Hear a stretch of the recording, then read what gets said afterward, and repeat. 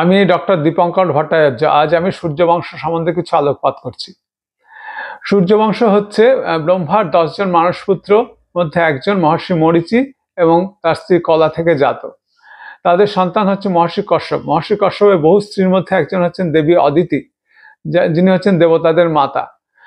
তার সন্তানদের মধ্যে একজন হচ্ছে বিবর্ষণ বা সূর্যদেব। সূর্যদেবের 4 স্ত্রী, একজন হচ্ছেন দেবী সংজ্ঞা, দেবী ছায়া, দেবী প্রভা এবং দেবী রাজ্ঞী।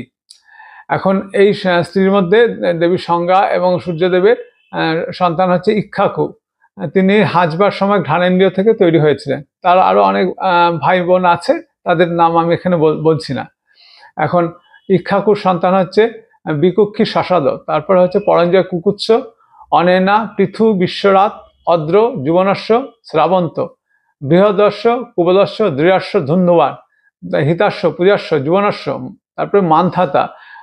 এই যুবনস্য সম্বন্ধে একটু বলছি। যুবনস্য গর্ভধারণ করেছিলেন বলা হয়। যুবনস্যর পর মান্ধাতা, তারপরে বিন্দুসজ্জ, তারপরে পুরুকুচ্ছ, স্ত্রী হচ্ছে নর্মদা। তাদের পুরুকুচ্ছের এক ভাইয়ের নাম হচ্ছে মুচুকুন্দ, তার কাহিনী পরে একদিন বলবো।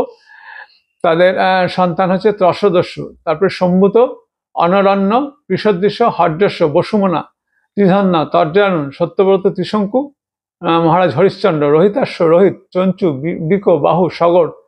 সগরের রাজার মহারাজ সগরের 2 স্ত্রী, একজন হচ্ছে সুমতি, যার 60,000 সন্তান সাপে বিনষ্ট হয়েছে। পরবর্তীকালে ভগীরথ তাদের উদ্ধার করেন।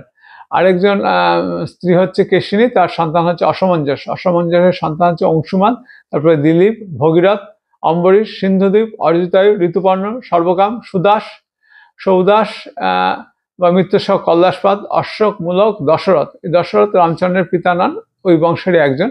দশরথের সন্তান হচ্ছে ঐলবিল, বিশ্বসহ, খট্টাঙ্গ, দিলীপ, দীর্ঘবাহু, রঘু, অজ। এরপর হচ্ছে রামচন্দ্রের পিতা দশরথ।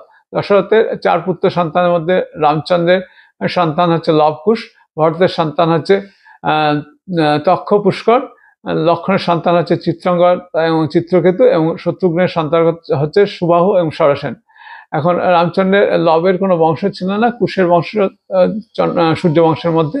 কুশের সন্তান হচ্ছে অতিথি, তারপর নিষদ, নল, নভস, পুণ্ডরিক, ক্ষেমধন্যা, অহিনক, রূপ, রুরু, পারিপাত্য, দল, ছল, উকথ, বজ্রনাভ, পুষ্পক, বজ্রনাভ, তারপরে গণ, উষিতাস্য,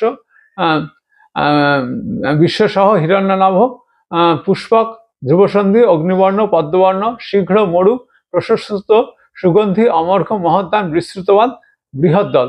এই বৃহৎ দল কুরুক্ষেত্রের যুদ্ধে অভিমন্যু কর্তৃক নিহত হয়েছেন। এই বলা হয় যে এই বৃহৎ দলের পরে যে বংশ আছে সেটাও চলেছিল আর কি। বৃহৎ দলের পরবর্তী বংশ বৃহৎ খন, গুরুক্ষেপ এইসব ছিল, তাদের সম্বন্ধে আমি এখনো বলছি না। এখানেই বলা হয় যে সূর্যবংশ শেষ হয়েছিল, কিন্তু প্রকৃতপক্ষে সূর্যবংশ এখানে পরিসমাপ্তি নয়। পরবর্তী সূর্যবংশের সম্বন্ধে কিছুটা আমি পরবর্তী কোনো এক এপিসোডে জানাবো। আজ শেষ করলাম।